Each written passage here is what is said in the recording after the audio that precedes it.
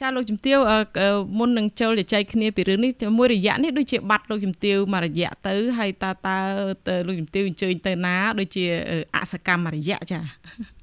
មិនទៅណាឆ្ងាយទេព្រោះដោយសារ COVID-19 ខ្ញុំនៅប្រទេសម៉ូរ៉ូកូ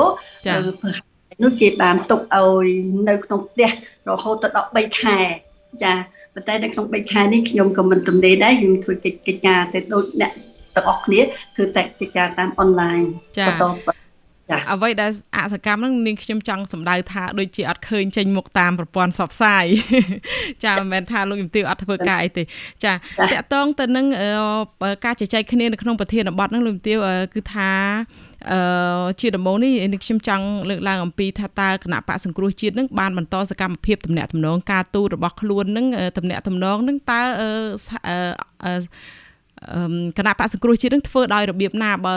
ខ្លួនអត់មាននៅក្នុងប្រទេសកម្ពុជាផងនឹងចាមានធ្វើសកម្មភាពបែបម៉េចខ្លះចាដូចជា COVID-19 ប៉ះពាល់ទៅទូនៅគ្រប់វិស័យទាំងអស់ទៅទូទាំងសកលលោកអញ្ចឹងអ្នកណាក៏ដោយនៅថ្នាក់ណាក៏ដោយ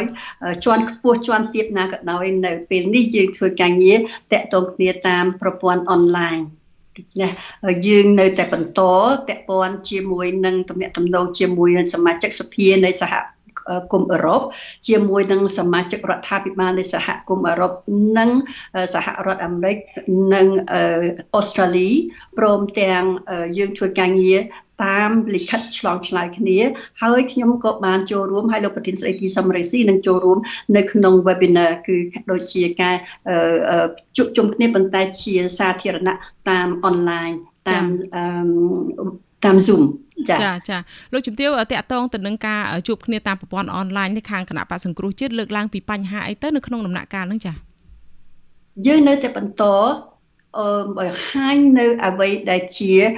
ឆន្ទៈនៃប្រជាពលរដ្ឋខ្មែរប្រជាពលរដ្ឋខ្មែរទូទាំងប្រទេសចង់ឃើញឲ្យមានសន្តិភាពតែសន្តិភាពនឹងមិនអាចបានទេបើសិនជាគ្មានសេរីភាព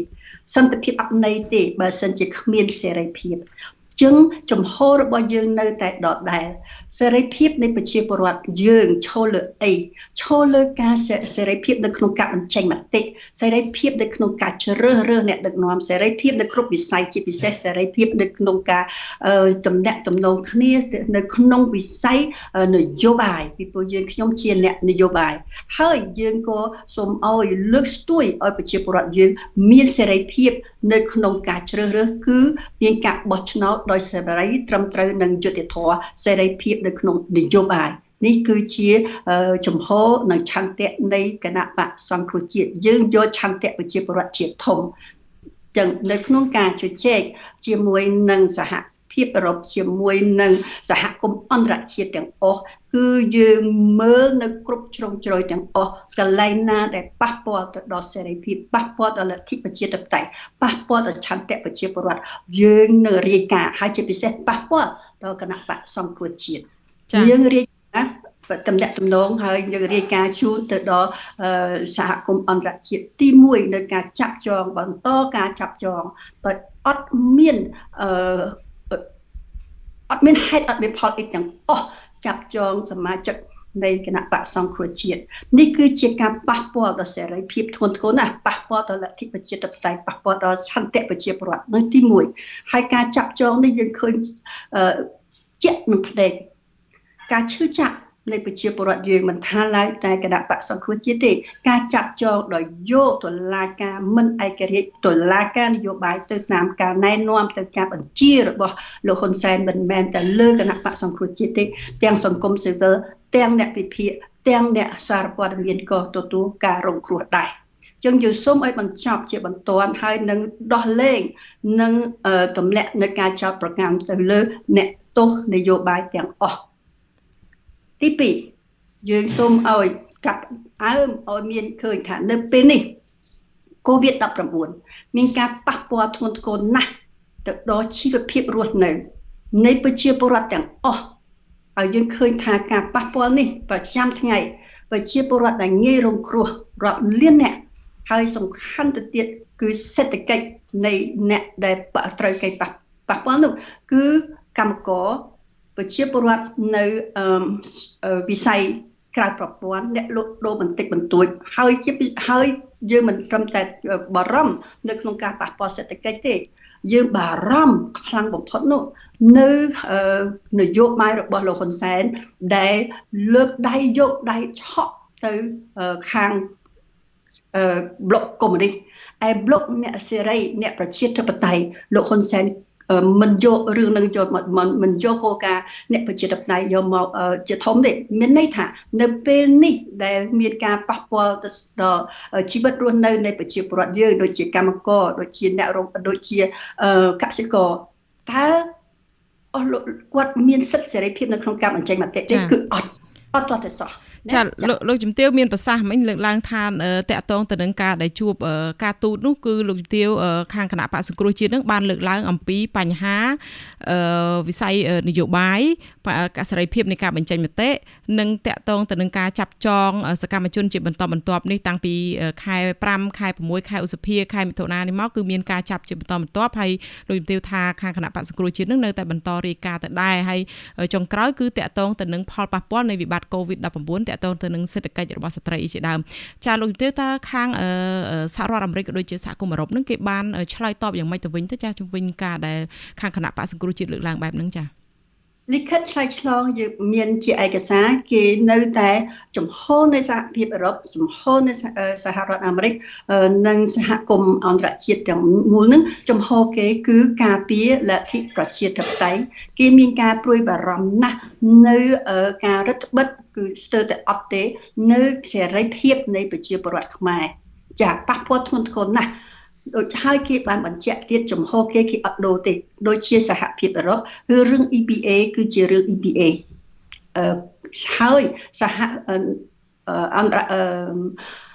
រដ្ឋអាមេរិកដូចគ្នាដែរជាមួយនឹងរឿងសហរដ្ឋអាមេរិកនេះយើងបានជួបនៅហើយយើងមានមន្ត្រីរបស់យើងតំណាងរបស់យើងនៅប្រទេសកម្ពុជាជួបជាមួយគេនៅប្រទេសកម្ពុជាតែម្ដងហើយតាមរយៈដែលយើងឆ្លើយឆ្លងគ្នាតាមអនឡាញនេះគឺនៅតាមទីស្នាក់ការធំរបស់គេអញ្ចឹងយើងគឺជាមួយគ្នាអ្នកដែលខ្ញុំសូមបញ្ជាក់ថាការងាររបស់គណៈបក្សសង្គ្រោះជាតិនៅក្រៅប្រទេសជាពិសេសនៅសហរដ្ឋអាមេរិកគឺតាមរយៈគណៈកម្មការស្ត្រីនៃគណៈបក្សសង្គ្រោះជាតិតាមរយៈលោកស្រីគឹមហ៊ុនបានយើងនៅបន្តថ្ងៃនេះទៀតយើងនៅតែដាក់ញត្តិទៅឲ្យសមាជិកនៃព្រឹទ្ធសភាសមាជិកសភានៃសហរដ្ឋអាមេរិកដើម្បីជំរុញឲ្យមានការអនុម័តនៃច្បាប់មួយហៅថា Cambodia Democracy Act ហើយបានឆ្លងតាមសភាជាន់ក្រោមហើយនៅចោតសភាជាន់លើហើយយើងដឹងហើយថាច្បាប់នេះនិយាយអំពីសិទ្ធិសេរីភាពលទ្ធិប្រជាធិបតេយ្យការបោះឆ្នោតឲ្យសេរីត្រឹមត្រូវនិងយុត្តិធម៌នៅប្រទេសកម្ពុជាហើយនៅក្នុងនោះច្បាប់នោះដល់ពេលអនុម័តហើយគឺមានការដាក់បន្ទុកធ្ងន់ទៅលើមន្ត្រីជាន់ខ្ពស់នៃរបបលោកហ៊ុនសែនជាពិសេសគឺបង្កកទ្រព្យសម្បត្តិគឺមិនឲ្យនឹងបញ្ចេញនៅវីសាជូនទៅដល់អ្នកដែលពាក់ព័ន្ធនៅក្នុងរឿងកាប់ព្រៃឈើនៅក្នុងរឿងពុករលួយនៅក្នុងរឿងសិទ្ធិមនុស្សជាដើមអញ្ចឹងចំហរបស់សហរដ្ឋអាមេរិកក៏នៅតែដដែលយើងមានការកក់ក្ដៅហើយសមាជិកយើងគណៈកម្មការអន្តរជាតិយើងនៅឯអូស្ត្រាលីក៏ដូចគ្នាដែរបានទៅជួបជាមួយនឹងគណៈកម្មការសិទ្ធិមនុស្សនៅសភានៃអូស្ត្រាលីហើយគេកំពុងតែជំរុញឲ្យមានច្បាប់ Magnitsky Law ដែលនឹងមាននិយាយអំពីការបង្កកទ្រព្យសម្បត្តិនៃអ្នកដែលមានពាក់ព័ន្ធជាមួយនឹងរបបលោកហ៊ុនសែនចាលោកជំទាវតកតងទៅនឹងបញ្ហាដែលសហគមន៍អឺរ៉ុបនិងសហរដ្ឋអាមេរិកបានលោកជំទាវមានប្រសាសន៍ថាគេនៅតែបន្តយកចិត្តទុកដាក់ទៅតកតងទៅនឹងវិស័យនយោបាយបញ្ហាសេរីភាពបញ្ចេញមតិអីជាដដែលអញ្ចឹងខាងគណៈបក្សសង្គ្រោះជាតិមានបានលើកឡើងចំទេតកតងទៅនឹងសេរីភាពនយោបាយគឺលោកកឹមសុខាយើងនឹងឲ្យគាត់នៅតែបន្តបិទមាត់មិនអាចនឹងនិយាយអ្វីច្រើនបានទេហើយខ្លាចមានការចោទប្រកាន់ថាគាត់លូកលាន់នៅក្នុងរឿងនយោបាយហើយតកតងទៅនឹងសកម្មជនក៏ដូចជាអតីតមន្ត្រីគណៈបកប្រឆាំងហ្នឹងដែលគាត់ឈប់ធ្វើនយោបាយហើយក៏ដោយចោះងាកទៅបរិញ្ញាសិស្សជាអីនោះក៏នៅតែបន្តរបបក្រុងភ្នំពេញនៅតែបន្តចាប់ខ្លួនពួកគាត់ក្រោមហេតុផលផ្សេងចឹងជាដើមតើខាងសហគមន៍អឺរ៉ុបហ្នឹងគេឆ្លើយតបឬមានការយកចិត្តទុកដាក់យ៉ាងម៉េចដែររឿងនេះចា៎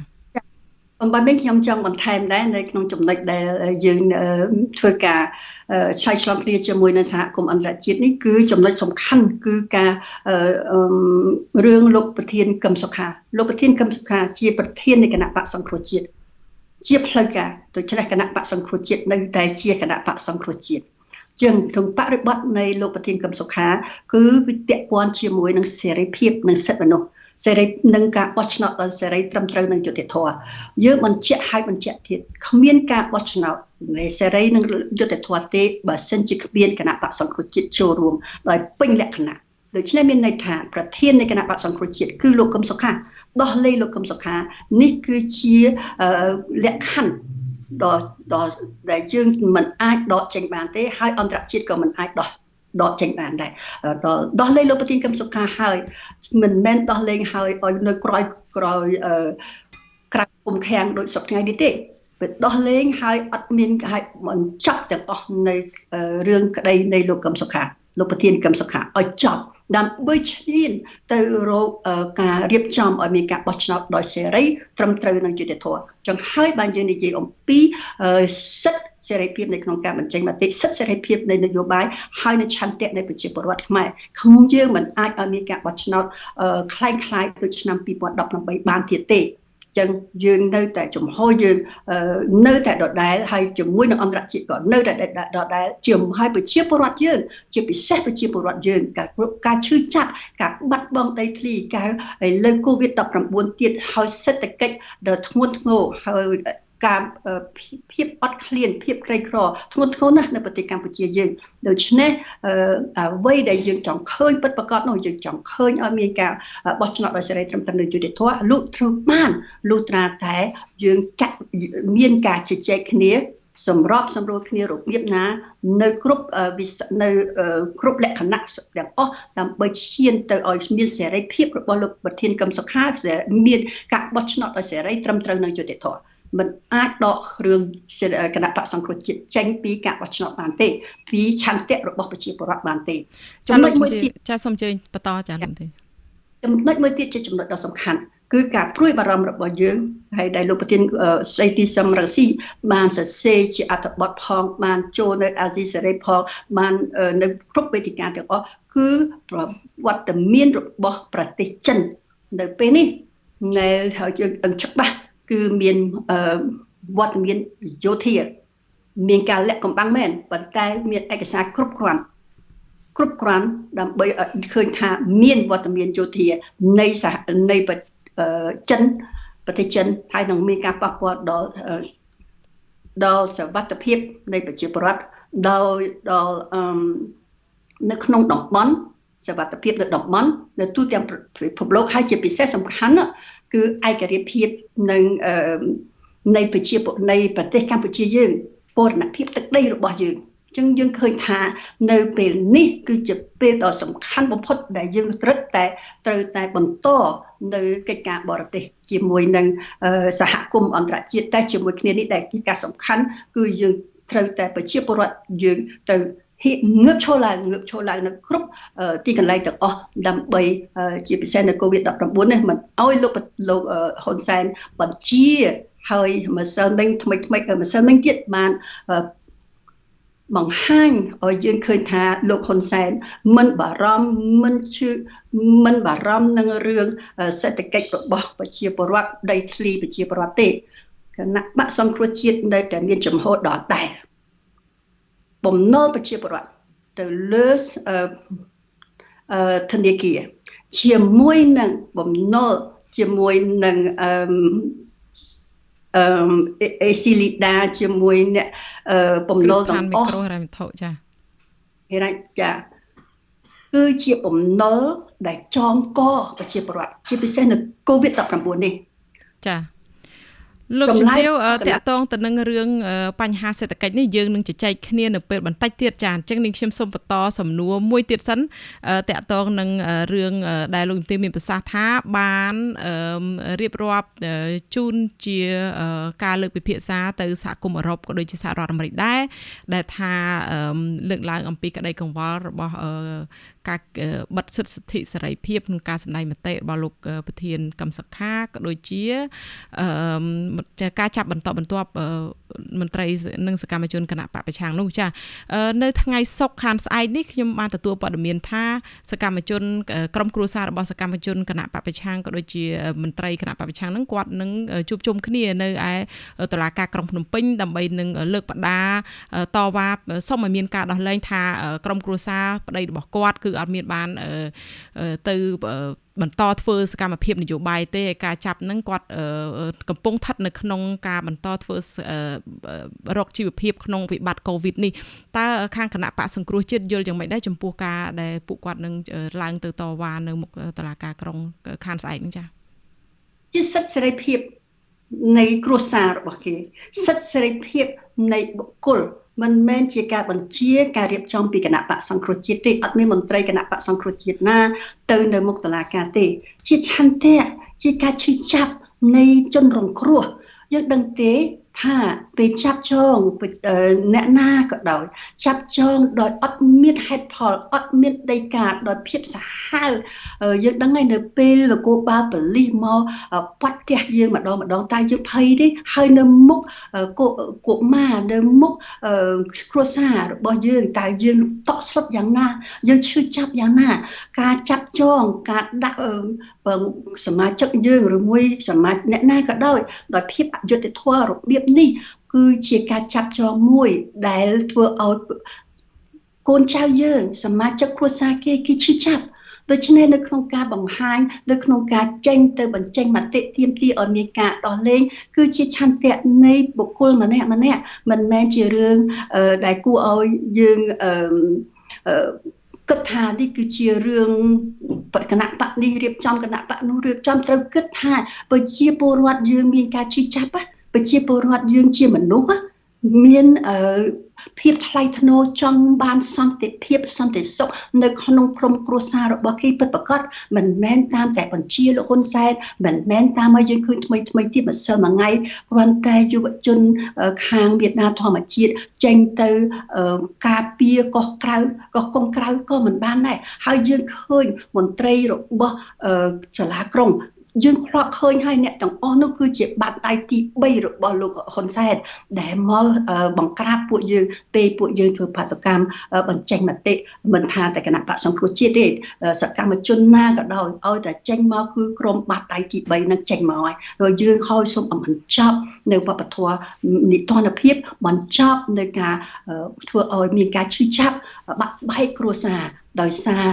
ការបញ្ជារបស់តុលាការលោកហ៊ុនសែនហើយនឹងការអនុវត្តទាំងពីតុលាការចាលោកជំទាវមានមកសំណួរទៀតមុននឹងឈានទៅជជែកគ្នាពីបញ្ហាសេដ្ឋកិច្ចស្ត្រី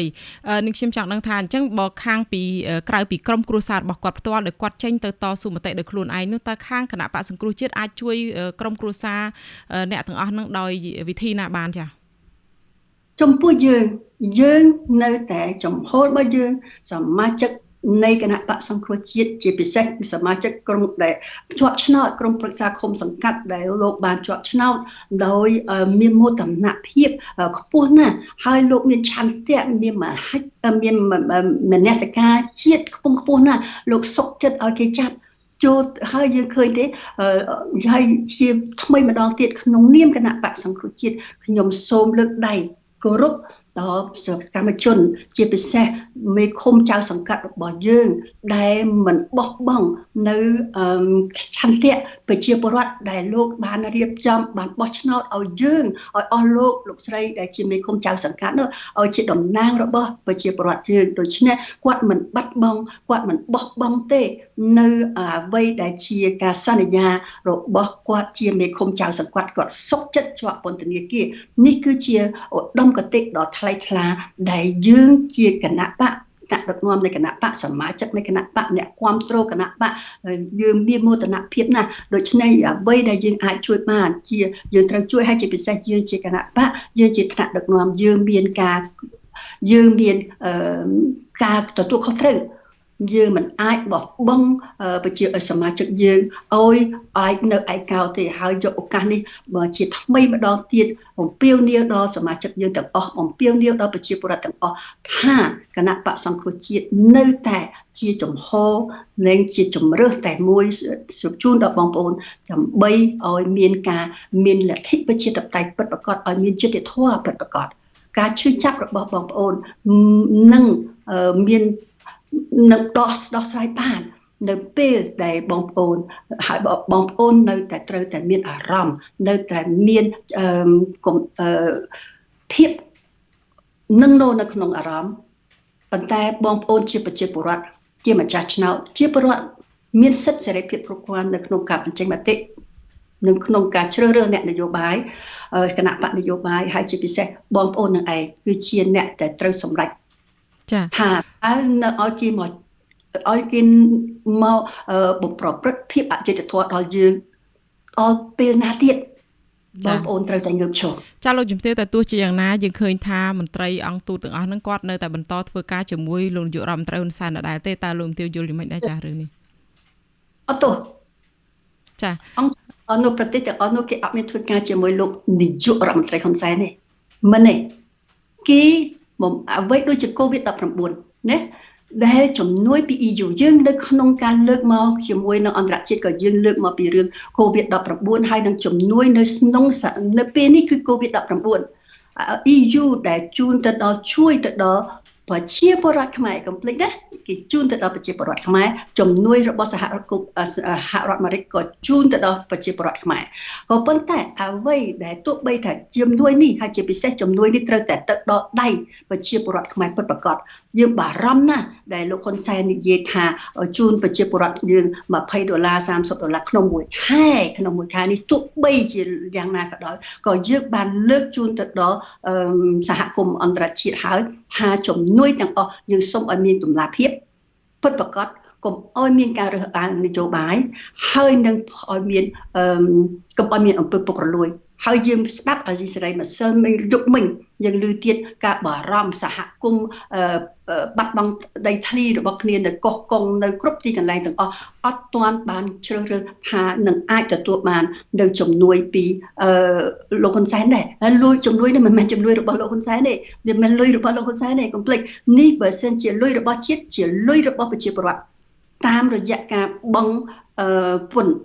ហើយបើលុយជាជំនួយរបស់អន្តរជាតិជាលុយរបស់ញើសឈាមលុយរបស់ប្រជាពលរដ្ឋនៅសហភាពនៅសហគមន៍អឺរ៉ុបក្តីនៅសហរដ្ឋអាមេរិកក្តីដូច្នេះគ្មានលោកហ៊ុនសែន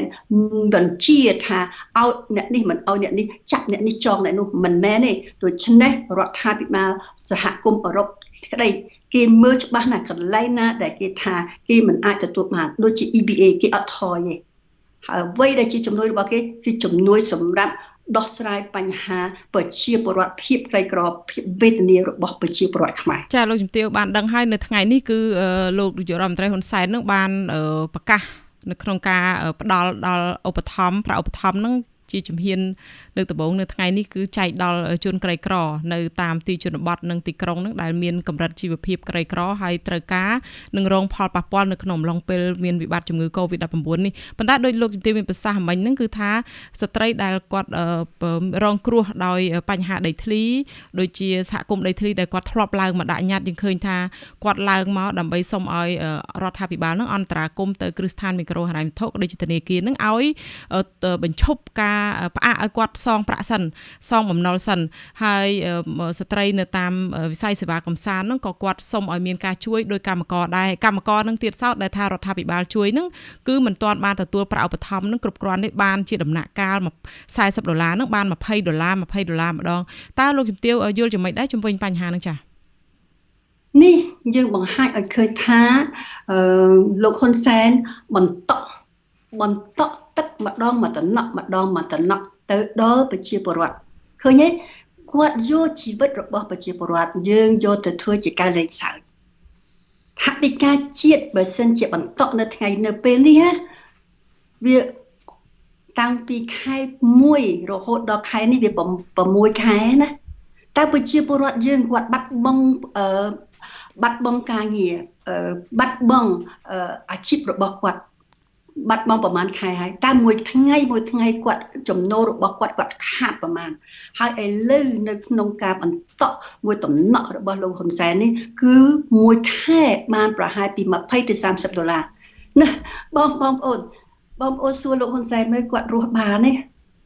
មួយវិនាទីនឹង$20 កុំថាឡើយដល់1ខែឥឡូវយើងសួរមើលតើលុយជាតិដែលមានរដ្ឋថាមានរាប់លានរាប់ពាន់លានហេតុអីបានតែយើងឃើញហើយបើដាក់មកក្នុងប្រហែលជា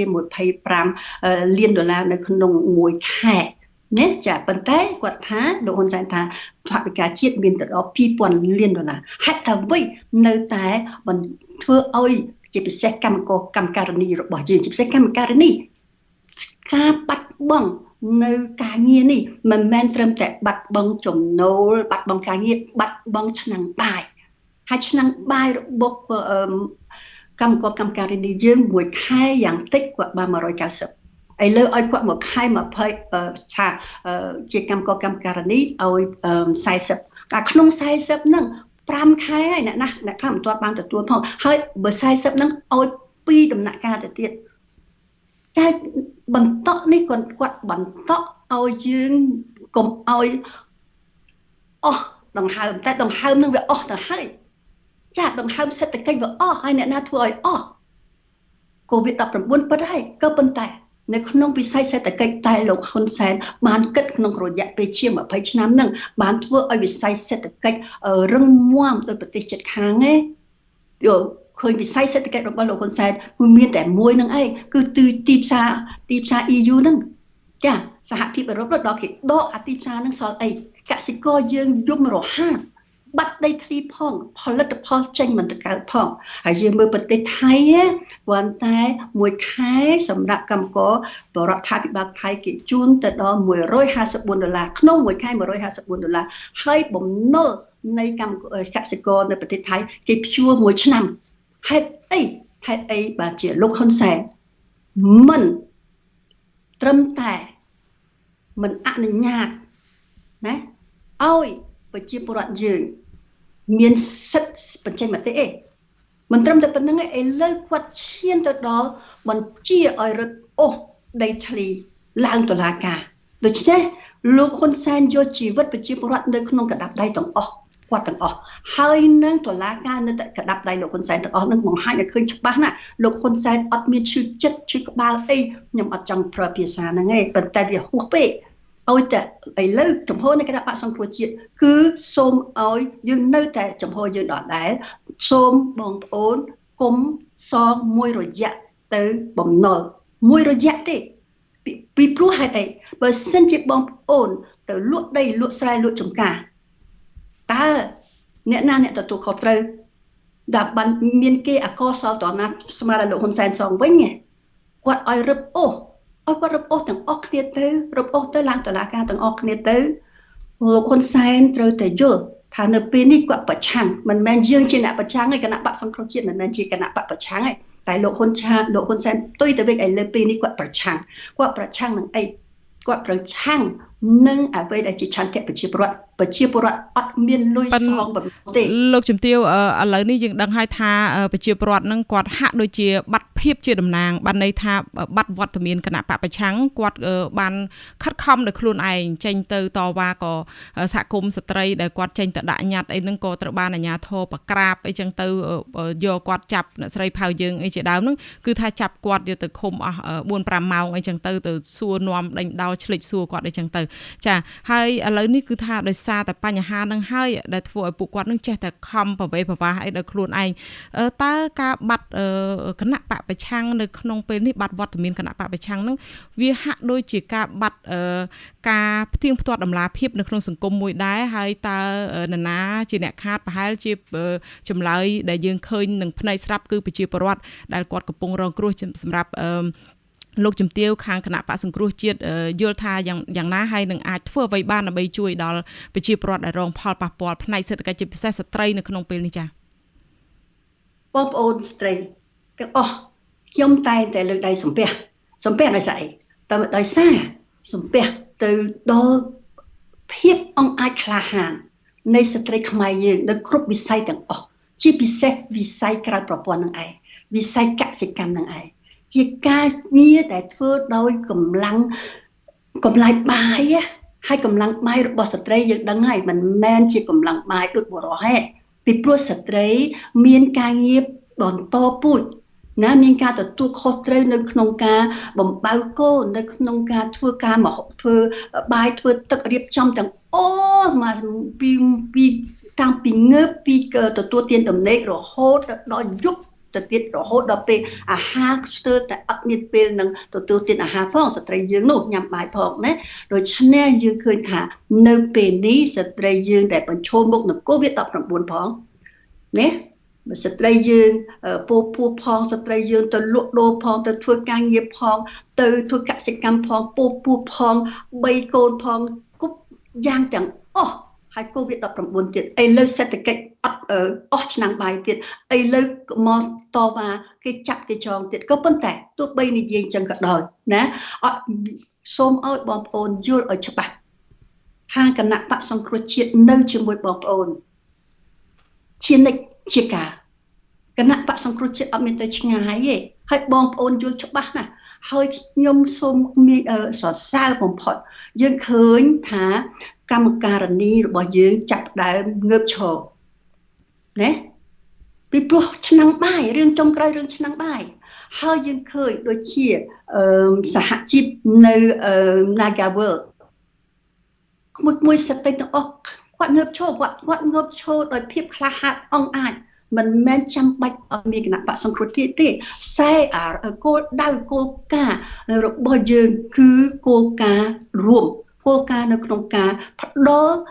សេដ្ឋកិច្ចផ្ដល់ឆ្នាំបាយផ្ដល់ភាពក្លាហានភាពអង្អាចហើយនឹងភាពថ្លៃថ្នូរជូនដល់ប្រជាពលរដ្ឋយើងជាពិសេសស្ត្រីហើយស្ត្រីនៅក្នុងវិស័យកំសាន្តដូចជាស្ត្រីការ៉ាអូខេបិទការ៉ាអូខេបិទអីទៅកំសាន្តទាំងអស់បិទក្នុង48ម៉ោងអត់មានដំណឹងអត់មានផ្ដល់នៅអ្វីទាំងអស់ជូនដល់ស្ត្រីទាំងអស់នោះតើឥឡូវនេះសេដ្ឋកិច្ចដែលស្ត្រីយើងនៅវិស័យក្រៅប្រព័ន្ធនេះដូចជាស្ត្រីនៅក្នុងការ៉ាអូខេនៅក្នុងកន្លែងកំសាន្តអីលក្ខណៈនោះតើសេដ្ឋកិច្ចនៅមូលដ្ឋានតើអ្នកណាសេដ្ឋកិច្ចគ្រួសារសេដ្ឋកិច្ចនៅមូលដ្ឋានតើចេញមកពីណាមិនចេញមកពីញើសពីឈាមពីកម្លាំងពីបញ្ញាវ័យរបស់ស្ត្រីយើងដែលនៅក្នុងវិស័យក្រៅប្រព័ន្ធហ្នឹងហេតុអីហើយនៅសកលលោកទូទាំងសកលលោកហើយអង្គការសហប្រជាជាតិក៏គេបានដាក់មានគោលការណ៍ច្បាស់លាស់ណាស់នៅ COVID-19 ពេលនេះសំខាន់បំផុតត្រូវតែថវិកាជាតិគោលនយោបាយសេដ្ឋកិច្ចរបស់ជាតិត្រូវតែឆ្ពោះទៅស្ត្រីនៅក្នុងវិស័យកាដេស្ត្រីនៅក្នុងវិស័យក្រៅប្រព័ន្ធពីព្រោះជីវិតស្ត្រីទាំងនោះមិនត្រឹមតែបាត់បង់ឆ្នាំបាយទេគឺស្ត្រីមានតួនាទីជាមាតាហើយដើម្បីឲ្យគេមានហើយយើងត្រូវគិតទៅទៀតគិតទៅដល់ការស្ដារសេដ្ឋកិច្ចនៅក្រោយCOVID-19 ត្រូវគិតថ្ងៃនេះអញ្ចឹងការធ្វើឲ្យមានការវគ្គបណ្ដុះបណ្ដាលឲ្យមានមូលនិធិអន្តរជាតិជូនទៅដល់កម្មការនីយើងនៅក្នុងវិស័យកាត់ដេរសប្តាហ៍នេះឲ្យគាត់ធ្វើអីឲ្យគាត់ចាំដល់វិស័យកាត់ដេរនៅត្រឡប់មកវិញឲ្យស្ត្រីយើងត្រឹមតែធ្វើជាកម្មការនីអស់មួយជីវិតទេឲ្យគាត់នៅត្រឹមតែលក់ដូរបន្តិចបន្តួចអស់មួយជីវិតទេមិនមែនទេគាត់គោលនយោបាយនៃគណៈបក្សសង្គ្រោះជាតិគឺលើកស្ទួយស្ត្រីនៅមិនត្រឹមតែនៅពេលនេះទេហើយលើកស្ទួយដល់របៀបណាដោយធានាឲ្យមានការអប់រំធានាឲ្យមានចំណេះដឹងចំណេះជួយធានាឲ្យមានសេដ្ឋកិច្ចរឹងមាំហើយសេដ្ឋកិច្ចនឹងមិនមែនត្រឹមតែសេដ្ឋកិច្ចនៅថ្នាក់បាត់ទាំងអស់រហូតតែមួយជីវិតរបស់ស្ត្រីតែលក់ដូរនៅតាមទីផ្សារហ្នឹងមួយជីវិតតែឲ្យគាត់លក់ដូរប្រមាណជីវិតទៀតនៅដដែលហ្នឹងចឹងហើយបាទលោកជំទាវជុំវិញបញ្ហានេះដោយលោកជំទាវបានរៀបរាប់ហើយអំពីស្ថានភាពរបស់ស្ត្រីនឹងគឺថាលំបាកមែនតើនៅក្នុងស្ថានភាពដ៏លំបាកនេះ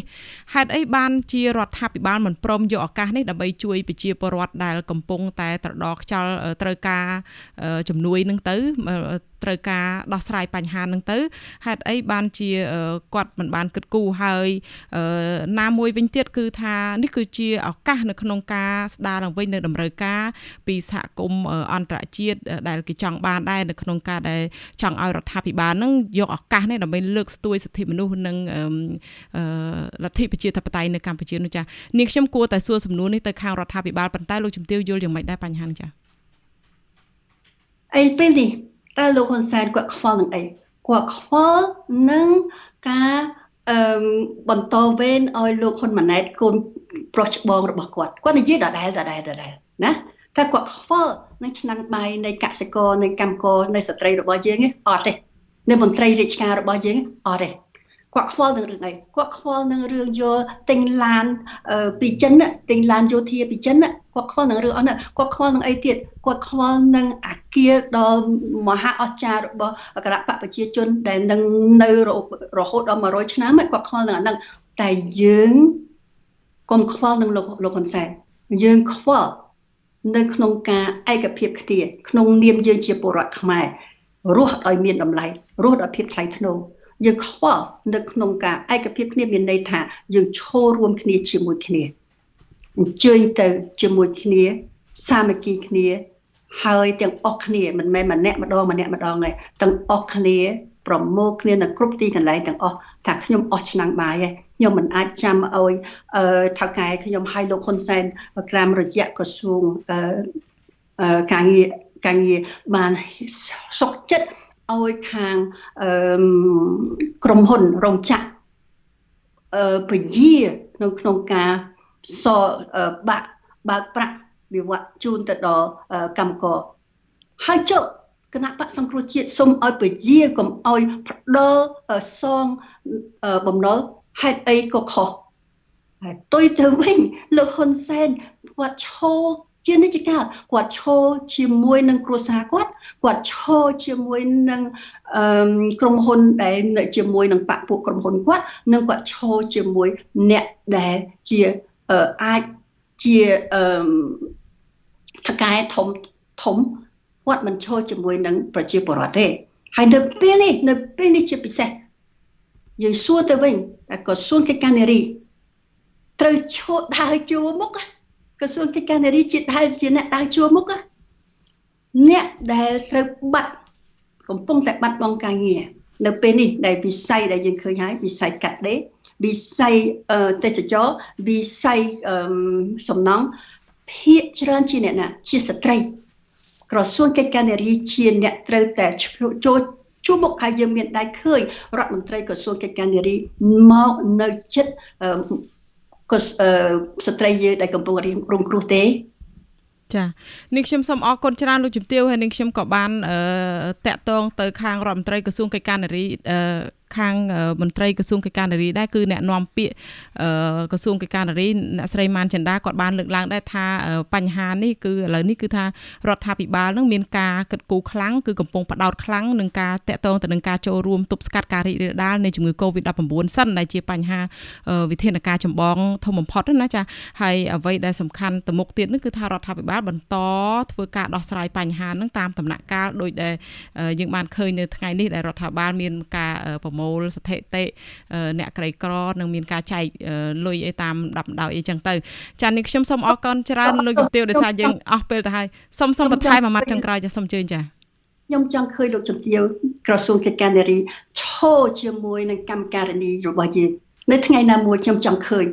ហើយឲ្យគាត់មកឆ្លើយនៅចំពោះស្ត្រីយើងចាំងការ៉ាអូខេស្ត្រីដែលបាត់បង់